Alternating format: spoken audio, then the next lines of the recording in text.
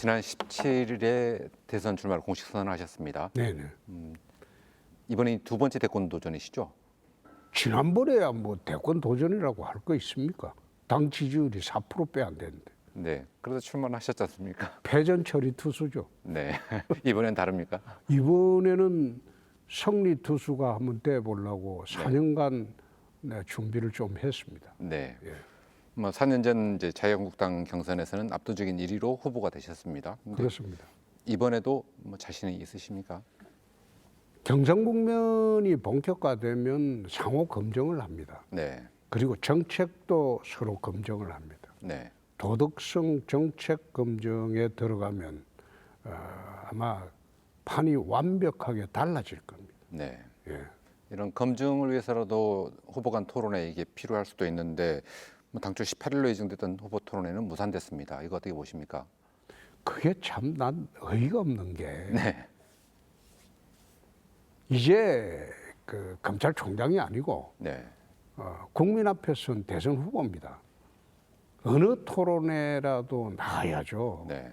근데 토론회를 겁내고 무서워하고 회피하면 어떻게 그걸 대통령 선거를 할 수 있겠습니까? 저는 그거 보고 참 딱하다. 네. 그게 이제 뭐 아직 후보 등록도 안 했고 이랬으니까 후보 등록하고 난 뒤에 하는 게 맞지 않느냐 뭐 이렇게 주장하는 분들도 있던데요.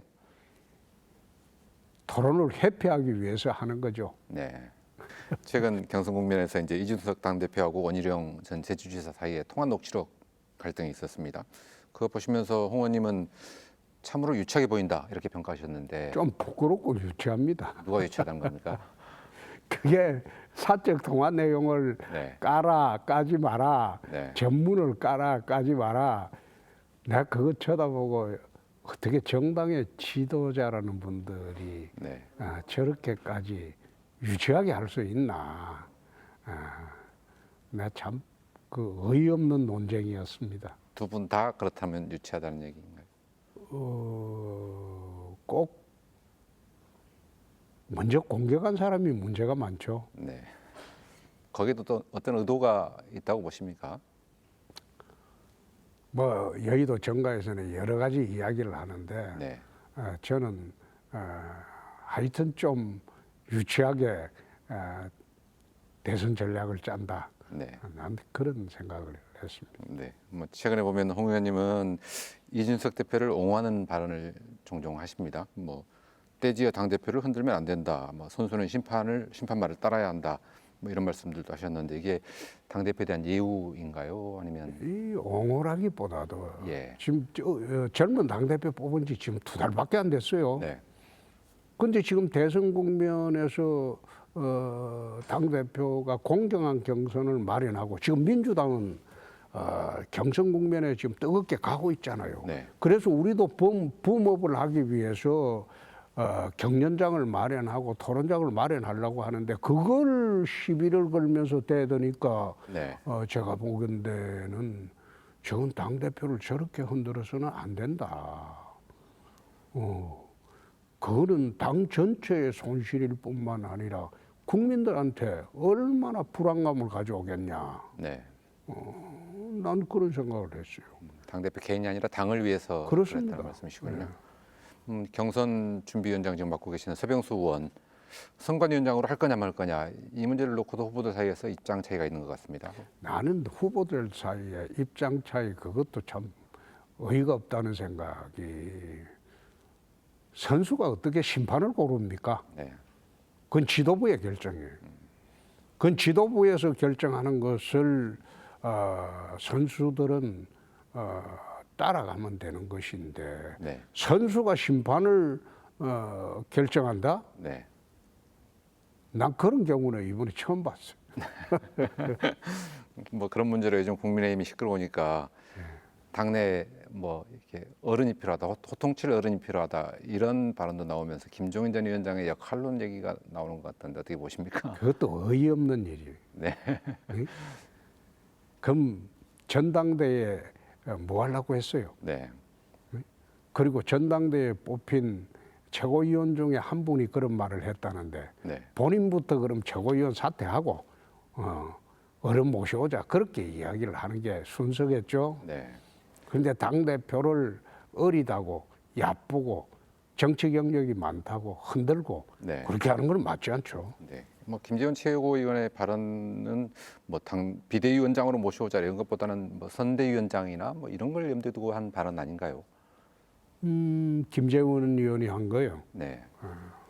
선대위원장은 선출된 후보가 결정합니다. 네. 그거는 당 지도부에서 결정하는 게 아니고 네. 후보가 선정이 되면 후보한테 당무 우선권이 주어집니다. 대선판은 후보가 꾸리는 겁니다. 네. 예. 김종인 전 위원장이 국민의힘에 들어와서 뭐 할 만한 역할은 없다라고 보시는 건가요? 저는 밖에서 도와주는 거는 모르지만은 네. 대선판에서 당에 들어와서 오셔가지고 할 역할은 없다. 네. 난 그래 봅니다. 네. 뭐 홍준표 의원님은 이제 직설화법을 즐겨 쓰십니다. 그렇습니다. 뭐 그래서 일부에서는 막말이다 혹은 뭐 좀 거칠다 이런 평가를 받기도 했어요. 아니 저 다 듣고 있습니다. 그거는 사실은 지난 대선 때 하고 당 대표 때 할 때는 네. 당이 괴멸이 됐어요. 네. 그리고 대선판에도 지난 탄핵 대선판도 사실상 그게 문재인 대선판이었어요. 네. 우리는 괴멸 방지용으로 패전 처리 투수로 나왔고, 네. 그런데 최소한의 남아 있는 지지 세력이라도 끌어 모아 가지고 당을 존립을 시키게 하려면 다소 거친 말도 해야 되고, 네. 그리고 야멸차게 비판도 해야 되고. 그때는 그럴 수밖에 없었죠. 네. 최근에 지금은 네. 좀 다르죠. 네. 말도 조심하고, 네. 그리고 가능하면 자극하지 않으려고 노력하고. 네. 지금은 우리가 지난번하고는 틀리죠. 당의 체제가 정비가 됐으니까요. 네. 네. 그래서 대선판이 한번 해볼 만하기 때문에 지금은 지난번처럼 그래 할 수가 없죠. 네. 예. 이미지 변신, 이미지 관리 이런 걸 하시는 건가요? 이미지 변신, 이미지 관리보다도 네. 지금은 그렇게 하면 우리 당에 오히려 해가 될 수가 있기 때문에 네. 그렇게 안 하는 거죠. 네. 예. 그럼 이제 공약 얘기를 좀 해보겠습니다. 홍 의원님 대선 출마하시면서 7대 개혁과제도 말씀하셨습니다. 그 중에 보면 이제 시장의 자유를 확대하겠다 뭐 이런 내용도 포함되어 있던데 지금은 자유롭지 않다는 의미를 내포하고 있는 거겠죠? 지금은 문재인 정부 들어와서 민간이 그나마 노력을 해서 지금 선진국 시대까지 오고 네. 그다음에 그 3만 불 시대까지 온 겁니다. 그러면 민간의 자율과 그리고 창의를 존중을 하고 국가는 최소한 관여를 해야 됩니다. 네. 그리고 그 국가가 정말로 우리가 관여를 해야 할 부분은 못 살고 힘들고 어려운 중산층 서민입니다. 근데 이 사람들에게 대해서는 적극적인 국가가 관여하지만은 그렇지 않은 부분에 대해서는 민간에 대해서는 네. 자유주의 시장 경제로 돌아가고 거기에서 일어나는 부작용에 대해서 국가가 최소 관여를 해야 되는데 문재인 정부 5년 동안은 거의 국가 갑질 경제라고 내 이야기를 했습니다. 네. 근데 이런 짓은 하지 말자는 겁니다. 이 선진국 시대에 맞지 않다는 겁니다. 네. 예. 현 정부의 이제 실정으로 꼽히는 부동산 문제 예. 이거 어떻게 보실 생각입니까? 사실 부동산은 네. 제가 이런 이야기하면 또 어떤 반론이 올지 모르겠습니다만 네. 제가 국회에 있는 국회의원들, 정치인들 중에서 유일한 명예 부동산학 박사입니다. 네. 명예입니까? 그렇습니다. 네. 그게 부동산 개발을 지역구에 하도 많이 했다고 해서 네. 어느 대학에서 명예 박사 학위를 줘서 받은 일이 있는데 네. 부동산 문제는 문재인식으로는 풀리지도 않고 네. 특히 서울의 부동산이 잡히면 지방 부동산은 자연적으로 따라가게 돼 있기 때문에 잡힐 수밖에 없습니다. 네. 신도시 정책 같은 것도 이 잘못된 거예요. 신도시를 하게 되면요, 거기에 지하철 놔줘야죠, 도로 놔줘야죠. 또 신도시에서 출퇴근하는 젊은이들이 출근하는데 2시간, 퇴근하는데 2시간 반 이런 식으로 길에서 세월을 다 보내요. 네. 그래서 저는 신도시 정책은 맞지 않다. 도심 초고층 개발을 해라. 뉴욕에 가봐라, 홍콩에 가봐라. 도심은 100층짜리 빌딩도 있다. 네. 주상복합 빌딩도 있다. 뉴욕 같은 경우에는 용적률을 3,300%까지 줍니다. 네. 근데 근데 우리나라는 용적률을 갖다가 억지로 240% 일종은 뭐 120% 이런 식으로 제한을 해가지고 네. 왜 그런 식으로 제한을 하느냐는 거예요. 물론 무분별한 도시 개발도 방지를 해야 되겠지만 주거 환경이 그런 식으로 억제한다고 해서 문제가 해결되는 것은 아니죠. 네. 쾌적한 환경, 네. 그리고 저층 단독주택 살고 싶으신 분들은 가능한 한 나이가 좀 드시면 교회로 나가서 얼마나 그 공기 좋고 안온하게 살 수 있습니까? 꼭 그런 분들을 위해서 도시를 갖다가 어떤 식으로 만들어야 된다. 나는 그거 옳지 않다는 생각입니다. 네. 서울은 고밀도로 개발하는 게 맞다라는 말씀이시군요. 그렇습니다. 포트 아파트 얘기도 하셨습니다. 이건 네. 4분의 1 가격의 아파트를 네. 공급한다는 얘기죠. 예. 가능합니까 이게? 이게 제가 이제 2009년도에 반값 아파트 법안을 한번 제출해갖고 통과시킨 일이 있습니다. 네. 그 아파트 반값 아파트 그 처음에 그 법률을 통과시킬 때는 그 법이 2015년도에 여야가 제가 경남지사가 있을 때 폐기를 해버렸어요. 나는 그 뭐 건설업자 로비로 봅니다만은 네. 건물만 분양한다고 했을 때 서울 시내 같은 경우에 아파트 평당 건축비가 지금 600만 원만 하면 고급 아파트를 지금 지을 수가 있습니다. 그러면 아파트의 평당 1,000만 원으로 분양을 가능하다고 하면 건설업자가 400만 원을 가져가게 됩니다. 네. 건설업자도 손해 없죠. 그럼 평당 1,000만 원이라면 33평 아파트는 3억 3천이면 됩니다. 지금 강남의 33평 아파트는 24억 합니다. 네. 그 비교를 해보면 그걸 갖다가 젊은 층이나 도심에 꼭 살아야 할 사람들에 대해서는 그걸 그 분양권 제한을 하는 겁니다. 네. 지금 노무현 대통령 계실 때보다도 문재인 대통령 들어와서 아파트 가격은 비교가 안 되게 폭등을 해버렸습니다. 네. 그래서 이런 구조를 가져가서는 안 된다. 돈이 모이는 것은 주식시장, 그 다음에 민간에 소위 사업하는 데 돈이 몰려야지. 그 돈이 투자하고 사업하는 데 몰려야지.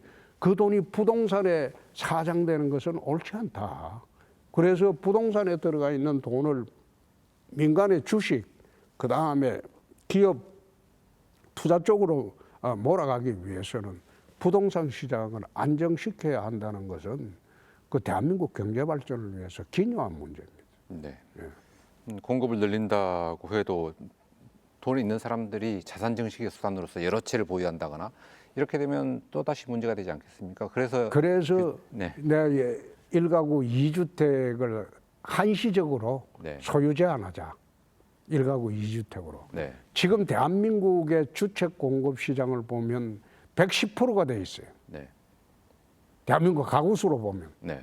근데 지금은 좀 달라진 게 이제 1인 가구가 늘었기 때문에 좀 달라졌는데 그런데도 불구하고 도심에 가면 서울 가보면 무주택자가 거의 뭐 45%가 넘습니다. 네. 그런 기현상을 좀 한번 막아보자는 겁니다. 그래서 그런 문제도 한시적으로 주택 소유 제한을 1가구 2주택으로 소유 제한을 해보자. 그러나 임대사업자는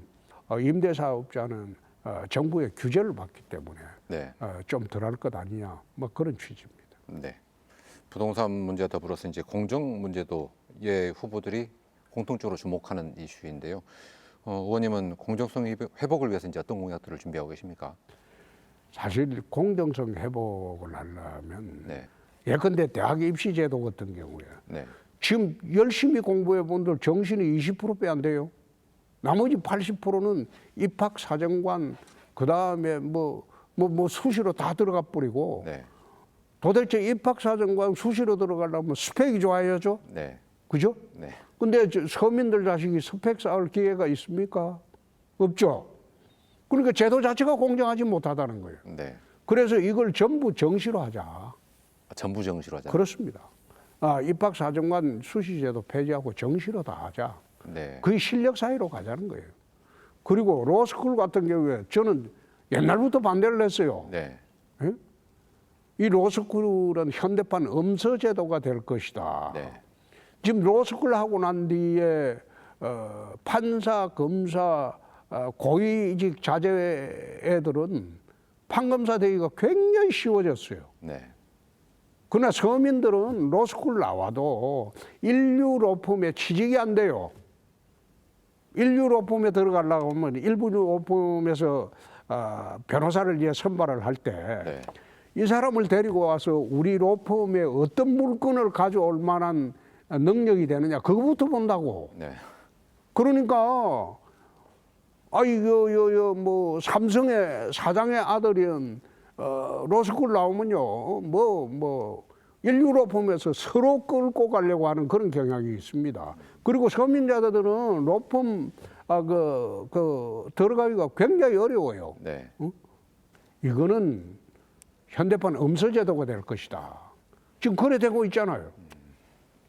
뭐 공정을 위해서라도 이제 고위 공직자들에 대한 뭐 비리 범죄 이거 뭐 수사가 필요하다는 여론들이 있었고 그래서 이제 공수처가 만들어졌는데 나는 그게 공수처 만들어진 배경이 달려봐야 됩니다. 검찰의 수사권을 완전히 뺏으려고 하니까 네. 그게 안 되거든요. 네. 저항이 심하니까. 그러니까 공수처를 만든 거예요. 근데 공수처라는 게 뭐냐? 검찰청 위에 검찰청이에요. 네. 특별검찰청입니다. 그런데 만들 필요가 없어요. 그래서 내가 그래 하지 말자. 네. 국가수사본부라고 지금 나와 있는 이것을 국가수사국으로 개편을 하고 경찰로부터 떼내고 대한민국의 모든 수사권은 국가수사국에 다 주자. 수사국에 줘가지고 미국식 FBI처럼 미국의 FBI처럼 한국의 FBI로 만들어서 수사권을 여기다 주자. 여기다 주고 공수처는 있을 필요가 없다. 네. 폐지를 하고 그다음에 검찰 같은 경우에는 지금 선진국 검찰은 직접 수사권이 없습니다. 네. 에? 없습니다. 일본 정도 있어요. 그 외에 검찰은 공소 유지를 위한 보안 수사권만 갖자. 국가수사국에서 넘어오는 사건을 기소하고 공소 유지하려면 추가 수사권만 좀 갖고 네. 그 외에는 검찰은 직접 수사권을 가질 필요가 없다. 그게 선진국 시대 검찰입니다. 네. 그런데 이 정권에서 바로 그런 식으로 가려고 하니까 저항이 심하게 오니까 공수처를 만든 거예요. 네. 그래서 공수처는 지금 운영되는 거 한번 보세요. 지금 사실상 기능 행사합니까? 그리고 수사력도 딸려요. 네. 공수처에는 반대하시지만 이른바 검수완박, 검찰 수사권 완전 박탈 여기에는 어느 정도 동의하시는 나는 거예요? 검수완박이란 말도 참 우스운 게 네. 본래 검찰은 직접 수사를 하지 않습니다. 선진국에서. 보안 수사권만 가지죠. 네. 예? 그동안 우리 검찰이 너무 비대한 권한을 가지고 있었다고 보시는 거군요. 검찰공화국이었죠. 네. 검찰공화국이고 또 정치검찰이 너무 한국 사회를 어지럽히니까 네. 이 검찰의 자업자득이죠. 최근까지도 그랬다고 보시는 거예요. 그렇습니다. 네. 직전 검찰총장까지 염두에 두고 하신 말씀이시죠? 지금 검찰도 그렇죠. 네. 출마 선언하시면서 가족까지 검증받은 준비된 후보다, 가장 든든한 후보다 이렇게 말씀하셨습니다. 네. 다른 후보는 안 그렇다는 거죠? 다른 후보는 난 모르겠어요. 네. 난 모르겠는데 네. 저는 이제 26년 정치하면서 검증받을 거 다 받았죠. 네. 또 지난 탄핵 대선 하고 난 뒤에도 문재인 정권 들어와서 한 1년 6개월 동안 경남지사 시절 제가 발주했던 공사 조사 다 했어요. 네. 제 계좌 추적, 집사람, 그리고 내 아들 며느리까지 네. 통신조회까지 1년 6개월 싹 다 했어요. 중앙지검에서도 하고 네. 창원에서도 하고 다 했는데 나오는 게 없어요. 내가 그런 짓 할 리도 없고. 네. 그러니까 이제는 덮어 씌울 것도 없죠. 또 막말 프레임 한참 뒤집어 씌우다가 이재명 지사가 나오니까 그거는 쌍욕 프레임이거든. 막말하고는 비교 안 되는 쌍욕을 하는 사람이거든. 네. 그건 내가 공격할 수 있겠어요? 네. 그러니까 저는 이제 대선 들어가면 공격 소재가 없죠. 네. 공격당할 소재가. 그건 또 들어가 봐야 알겠습니다만. 두고 보세요. 네. 이제 국민의힘 경선은 이제 두 차례 컷오프를 통해서 후보 4명을 추리는 방식입니다. 예, 예. 최후의 4인 예. 누가 될 걸로 예상하십니까? 그건 제가 예상하는 거는 상당히 결례가 되는 게 네. 우리 당 후보가 15명이 넘었어요. 네. 그래서 제가 그거를 말씀드리기가 곤란합니다. 네. 그 4인 중에는 뭐 의원님은 들어가시는 건가요? 저는 지금 본선으로 나가기 위해서 뛰기 때문에 네. 그런 거는 생각을 안 하죠. 네. 어쨌든 근데 이제 본선에 나가시려면 국민의힘의 대표가 돼야 그렇습니다. 대표 주자가 돼야 되는 건데 지금 국민의힘의 야권 내 1위 주자는 윤석열 후보로 여론조사에서 나오고 있고 격차가 좀 최근에 있습니다. 많이 좁혀졌죠. 네. MBC 조사에서 한때는 뭐 27% 차이 나다가 지금 한 자리 숫자로 뚝 떨어졌죠. 네. 그건 이제 곧 좁혀질 겁니다. 뭐 이렇게 역전시킬 카드나 시기 뭐 이걸 얘기하실 수 있습니까? 지금 이 하는 게 다 그런 활동입니다. 네. 뭐 의원님이 잘하셔서 올라가는 겁니까? 아니면 상대 후보가 빠져서 그렇다고 보십니까? 정치보다는 네.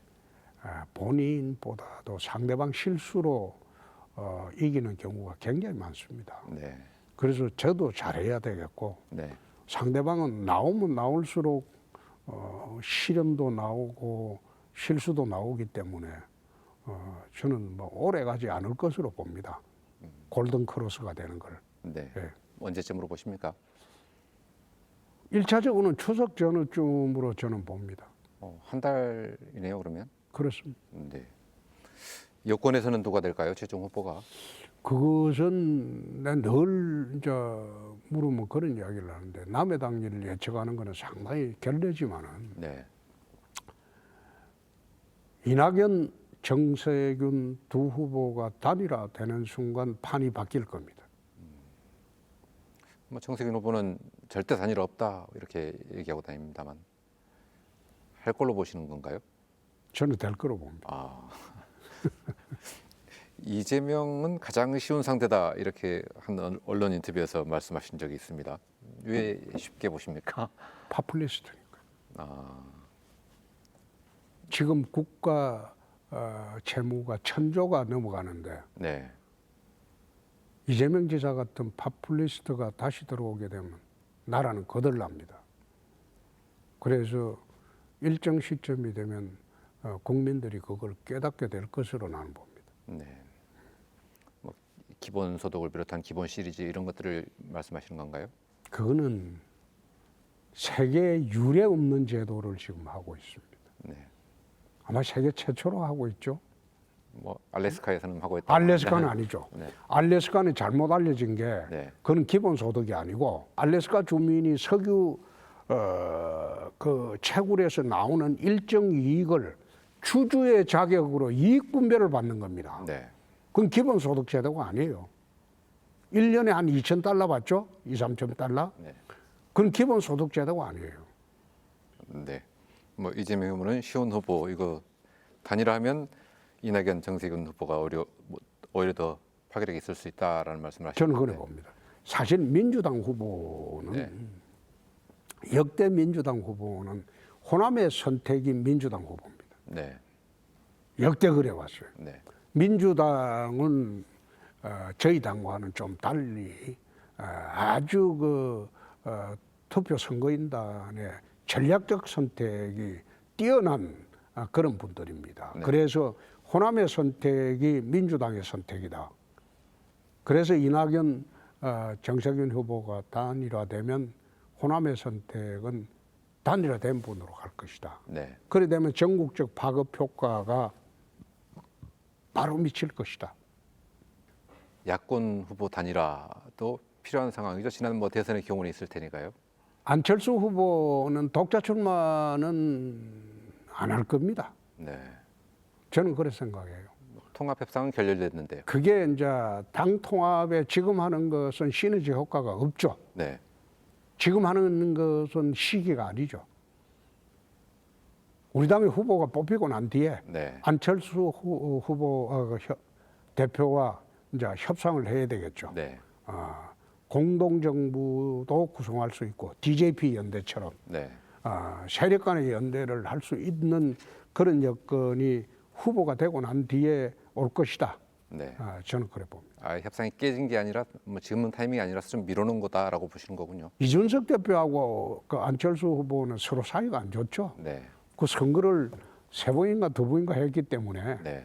선거 2번 같이 하면 사이 좋은 사람이 별로 없어요. 네. 당 대표 말고 대선 후보랑 얘기하겠다. 그렇습니다. 네. 네. 뭐 중도 신보 쪽의 확장을 위해서도 이제 호남의 지지도 필요할 텐데 지난 대선 때는 2% 정도. 네. 네. 그거는 저는 호남에서 저희 정당에 대한 뿌리 깊은 불신은 잘 알고 있습니다. 네. 그런데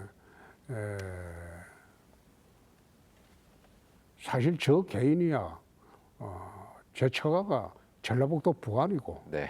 부안서 또 전북 도민으로 1년 4개월을 살았어요. 네. 거기서 방위 소집을 했으니까. 네. 또 광주 시민으로 1년 4개월 살은 적이 있어요. 네. 저 개인이야 호남하고 진짜 아무런 언언이 없죠. 언언이 없고 그런데 당 때문에 지금 자꾸 이제 배척을 받고 있는데 네. 당을 떠나서 나라 전체를 생각한다면 이제 그런 문제를 좀 접고 사람을 선택해야 되는 그런 시점이 아닌가 네. 그래 생각을 합니다. 네. 그래서 이제 호남 발전을 위해서도 준비하는 공약도 있으실 것 네. 같은데 어떤 것들이 있습니까? 사실 그 사이에 이제 호남하고 영호남 균형 발전을 많이 해왔습니다. 정권이 이제 바뀌면서. 네. 근데 그 중에서 이제 제일 중요한 것이 이제는 70년대는 고속도로가 경제 발전의 원동력이었어요. 네. 근데 21세기 들어가면 이제 하늘길을 열어야 됩니다.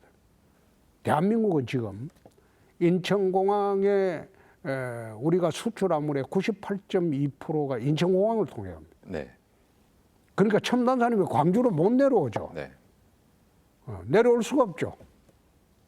수도권 근처에 있어야지 물류 비용이 대폭 싸지니까 네. 편리하니까. 네. 그래서 그것을 제가 지역 균형 발전 측면에서 좀 4대 관문공항으로 분산을 하자. 네. 예? 광주 전남 같은 경우에 무안 국제공항이 지금 활주로를 400m 넓혀가지고 3,200m로 만든다고 하는데 저 활주로를 3,800m까지 만들어야 될 겁니다. 네. 그래야지 장거리 화물 비행기가 뜰 수 있습니다. 네. 이 광주 도심에 있는 광주 공항도 지금 무안공항으로 통합을 해야 되겠죠. 네. 통합을 하고 그것은 어떻게 보면 도심에 공항이 있다는 것은 도심 발전에 저해를 가져오니까 그 통합 작업도 해야 되고 네. 그리고 무안을 중심으로 호남은 전체가 세계로 가는 하늘길을 열게 되면 첨단 산업들이 이어 내려올 수밖에 없죠. 네. 그래서 부산은 가덕 신공항, 그 다음에 대구하고 충청은 묶어서 군위, 네. 경상북도 군위 신공항, TK 신공항 네. 이런 식으로 여객과 물류를 분산시키자는 거죠. 그래서 이런 식으로 호남은 무안 국제공항을 관문공항으로 만들어서 세계로 뻗어갈 수 있게 하늘길을 열어주면 아니 서울에 한번 생각을 해보세요. 수도권의 용인 같은데 평당 1,000만 원 합니다. 공장 부지가. 네. 그 내려오면 얼마나 싸겠어요. 그린벨트를 풀어주면 평당 10,000원짜리 공장 부지도 생깁니다. 그리고 여기에 지방대학 출신들 전부 많잖아요.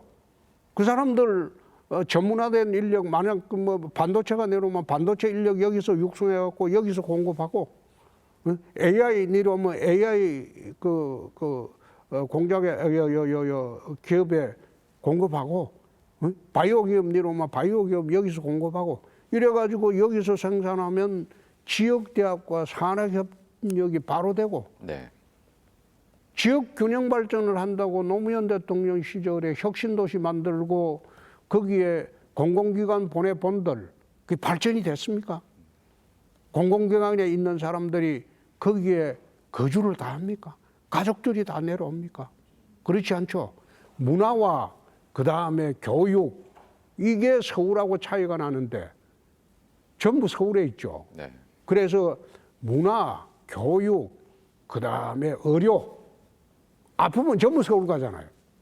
이것도 지방 수준을 서울 수준으로 맞춰야 된다. 그래서 그런 작업을 해주는 것이 대한민국 국토 균형 발전에 오히려 제일 기묘한 것인데 그런 거는 아무것도 안 하고 네. 지금 균형 발전만 외치고 있으니 어떻게 보면 제가 보기에는 좀 딱하죠. 네. 네. 끝으로 광주 전남 시도민들께 당부 말씀 네, 부탁드리겠습니다. 당을 좀 미워하시더라도 홍준표는 미워할 필요가 없습니다. 저 호남 사회입니다. 그리고 여기에 광주 시민으로도 1년 4개월 살았고 그 다음에 전북 도민으로도 1년 3개월을 살았습니다. 그러니까 이번 대선은 당을 보지 마시고 그냥 당은 마음에 안 들더라도 홍준표를 미워할 이유는 없지 않느냐 이 말씀을 꼭 드리고 내가 오늘 가겠습니다. 네. 예. 호남사회 말씀하셨는데 광주에서는 검사로 근무하신 거고 그렇죠. 전북에서는 방위 근무를 하신 그렇죠. 방위로 복무하신 거죠. 네. 백악 씨가 부한 여자예요. 네.